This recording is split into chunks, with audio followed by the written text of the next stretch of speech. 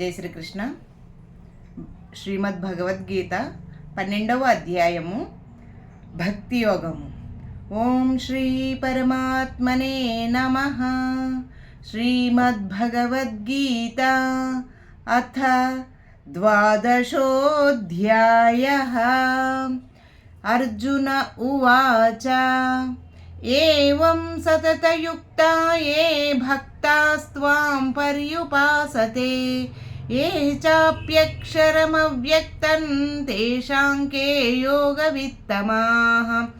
శ్రీభగవానువాచ మయ్యావేశ్య మనో ఏ మాం నిత్యయుక్తా ఉపాసతే శ్రద్ధయా పరయోపేతాస్తే మే యుక్తతమా మతాః. ఏ త్వక్షరమనిర్దేశ్యం అవ్యక్తం పర్యుపాసతే సర్వత్ర గమచింత్యం చ కూటస్థమచలం ధ్రువం సన్నియమ్యేంద్రియగ్రామం సర్వత్ర సమబుద్ధయః తే ప్రాప్నువంతి మామేవ సర్వభూతహితే రతాః.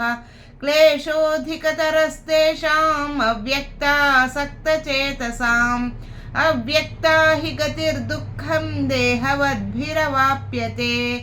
ఏ తు సర్వాణి కర్మాణి మయి సన్యస్య మత్పరాః అనన్యేనైవ యోగేన మాం ధ్యాయంత ఉపాసతే తేషామహం సముద్ధర్తా మృత్యు సంసార సాగరాత్.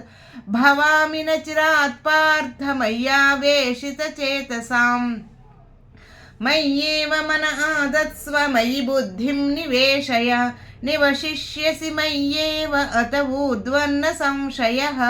అథ చిత్తం సమాధాతుం న శక్నోషి మయి స్థిరం అభ్యాసయోగేన తతో మామిచ్ఛాప్తుం ధనంజయ. అభ్యాసేప్యసమర్థోసి మత్కర్మ పరమో భవ మదర్థమపి కర్మాణి కుర్వన్ సిద్ధిమవాప్స్యసి. అథైతదప్యశక్తోసి కర్తుం మద్యోగమాశ్రితః సర్వకర్మఫలత్యాగం తతః కురు యతాత్మవాన్. శ్రేయో హి జ్ఞానమభ్యాసాద్ జ్ఞానాద్ ధ్యానం విశిష్యతే ధ్యానాత్ కర్మఫలత్యాగస్త్యాగశ్చాంతిరనంతరం. అద్వేష్టా సర్వభూతానాం మైత్రః కరుణ ఏవ చ నిర్మమో నిరహంకారः సమదుఃఖసుఖక్షమీ సంతుష్టः సతతం యోగీ యతాత్మా దృఢనిశ్చయः.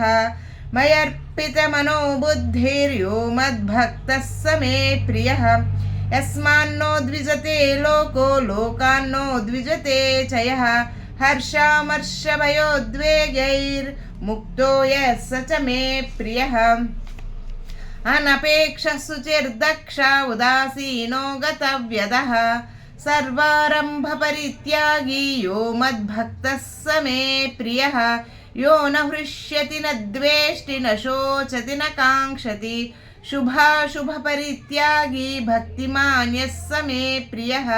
సమశత్రౌ చ మిత్రే చ తథా మానాపమానయోః శీతోష్ణసుఖదుఃఖేషు సమः సంగ వివర్జితః.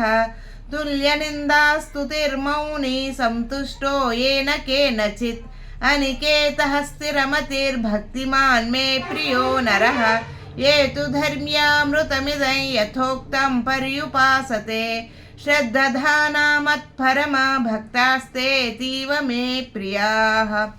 ఓం తత్సదితి శ్రీమద్భగవద్గీతాసు ఉపనిషత్సు బ్రహ్మ విద్యాయాం యోగశాస్త్రే శ్రీకృష్ణార్జున సంవాదే భక్తి యోగో నామ 12ోऽధ్యాయः.